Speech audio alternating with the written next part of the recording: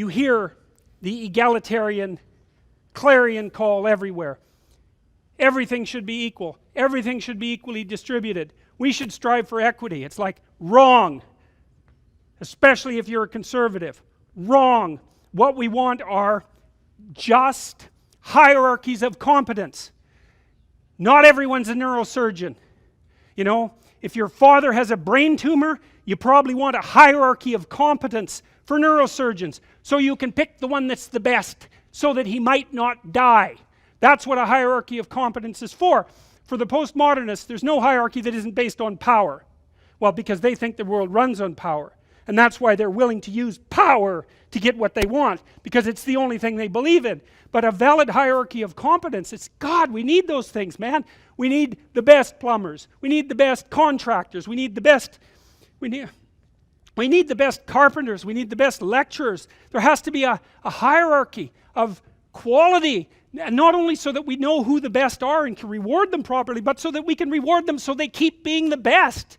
It's like, you know, if you have a great educator, if you have a great leader, if you have a great thinker, you want to reward them so they keep thinking and they keep educating so they can tell you something. It's not a reward for their intrinsic being. It's a calculated move on your part to suck everything out of them that's valuable as fast as you can. That's what a hierarchy of competence is for. And the idea that hierarchies of competence don't exist it's so cynical. It's such a pathologically cynical idea. And it's actually quite patently untrue, because here's an interesting tidbit from the psychological literature. Let's say you want to determine what the best predictors are for lifetime success in a Western society. Well, what would you hope for? How about intelligence? There'd be a good one. Let's hope the smart people occupy more positions of complexity, right? Because they're smarter. Would you want it any other way? Okay, and that's great. The number one predictor of accomplishment in Western societies is intelligence. So that means the system works. What's the number two predictor? Conscientiousness. Well, what's that? It's a trait marker for hard work. So who gets ahead? Smart people who work hard. Now, that doesn't account for every bit of the difference between people in terms of their hierarchical structure, because hierarchies aren't perfect. They're corrupt. People get to the top sometimes because they're psychopathic, although, believe me, a hell of a lot less than you think. Because a psychopath has to keep moving from place to place, because once he reveals himself as deceitful and untrustworthy, he has to go find new suckers to fleece. So the idea that, you know, there's no distinction between a CEO and a psychopath, it's like, that's only made by someone who A, knows nothing about psychopaths, B, knows nothing about CEOs, and C, has something fundamental against the entire capitalist structure, because it's simply not true. Corrupt, sometimes, greedy, sometimes, short-sighted, sometimes running companies that are doing their best to auger themselves into the ground, and so, you know, it's bad people running a dying organization. But generally speaking, it's not the case. Our hierarchies of competence are reasonably functional, and not only are they functional, they're valuable. We need to know who the competent people are, and we need to reward them. And even more importantly, we need to tell young people, hey, there's some hierarchies of competence out there. Like 1,000 of them. Go be a plumber, man, but be a good one, you know? Be an honest one. I had a plumber once, you know. It was the night before we were putting drywall in our house. We were redoing a house, and he had put in all the plastic piping, you know. And I was going to test the joints. They're supposed to be glued together with this pipe glue, right? And I told him I had to test the joints, and he said, well, you don't have to test my joints, they never leak. And I thought, yeah, that's okay. How about if I test them? So I went up on the 3rd floor and filled the pipes with water, capping them in the basement like you're supposed to. And like half an hour later, I had 2 inches of water in the basement. There were 30 leaking joints. And that was the night before the drywallers were supposed to show up. So he wasn't particularly competent. That's the point of that story. But even more so, he had put a bunch of the plastic pipe outside where the drywall would be, so it would have been sticking through the wall. So I spent a frenetic night, you know, sawing through plastic pipe and re-gluing joints so that the drywallers could come in. What's the point?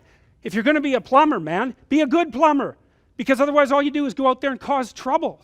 We don't need people to cause more trouble. We need people to solve problems. You know, and so you can be a tradesman, and you can make a lot of money as a tradesperson. It's a bloody, reliable, honorable, forthright, productive way of making a living. And there is a hell of a lot of difference between a working man who knows what he's doing and one who doesn't, both in terms of skill and ethics, right? And you work with someone who knows what they're doing, it's a bloody pleasure. They tell you what they're going to do, they tell you how much it will cost, they go and do it, it works, and you pay them.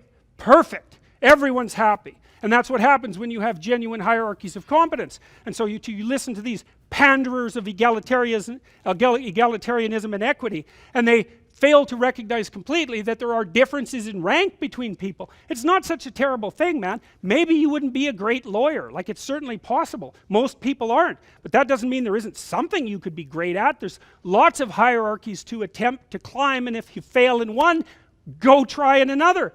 But the point is, you're still trying to aim for the top, and what the hell are you going to do if you don't try to aim for the top? You know, flap about uselessly and whine about your life? It's not helpful. It'll just make you miserable. You're not reliable to anyone. You can't help out in a crisis. It's like, so you tell young people, and this is another message for conservatives, like, I don't care what you're going to do, but go out there and make something of yourself for God's sake. Be an honest person and work and get to the top of whatever it is that you want to get to the top of. You know, and stand up for yourself like a respectable human being and be a bit of a light on the world instead of a blight. You know, and you can tell young people that, and they haven't been told that by anyone now. And so the young men are so hungry for that it's painful to watch. They're so relieved when someone finally comes up and says, hey, you know, you get your act together a bit, discipline yourself, see if you can learn to tell the truth, concentrate on something for a year or two, you could be a bloody world beater. They think, really? That's possible? Wow, that would be interesting. That might make life worth living. It's like, yeah, it might. So why don't you go do it? That's what the damn universities were supposed to be teaching people, and they've forgotten that. I went to Harvard a month and a half. I used to teach there, and I talked to a bunch of students, you know, and I told them, it's not easy to get into Harvard, you know. Like, you're a valedictorian if you're at Harvard. And not only are you a valedictorian, you're way better than most people at least 2 other things, or you don't get in. And so, like, I don't know what the acceptance rate is, like 5%, and believe me, not everybody applies, so it's a very selective school. And so why am I saying that? It's like, these are high quality kids. So I told them what I just told you. It's like, here you are at Harvard. It's like, get yourself educated, man. Read some books, learn to talk, learn to think. Make yourself into something. Get the hell out there and make the world that put you here happy that you were put there in that great institution.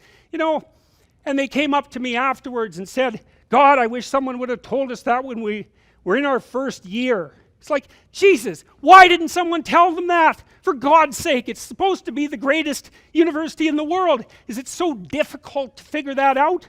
Well, it is, if that isn't what you want to have happen in the university. You want to make cringing milksops who whine about being victims while they're going to Ivy League institutions. Jesus, it's pathetic.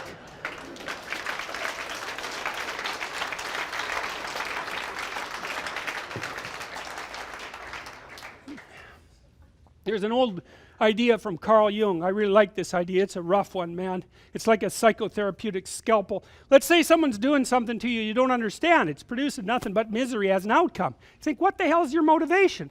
They won't tell you. Maybe they don't know. So Carl Jung's advice was, look at the outcome and infer the motivation.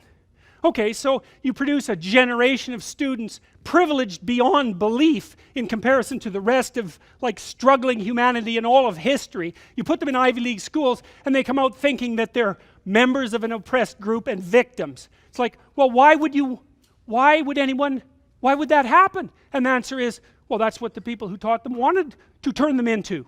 And then you might think, well, did they do that because they cared for them? It seems bloody unlikely to me. You take this great raw material, right? I mean, it's taken a lot of work to make an institution like the University of Toronto or like Harvard. We've been working on that for thousands of years.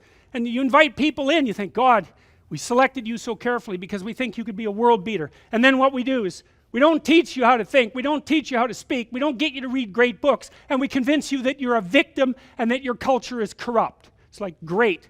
Well, those people are no friends of those institutions, I can tell you that, and they're even less friends of those students.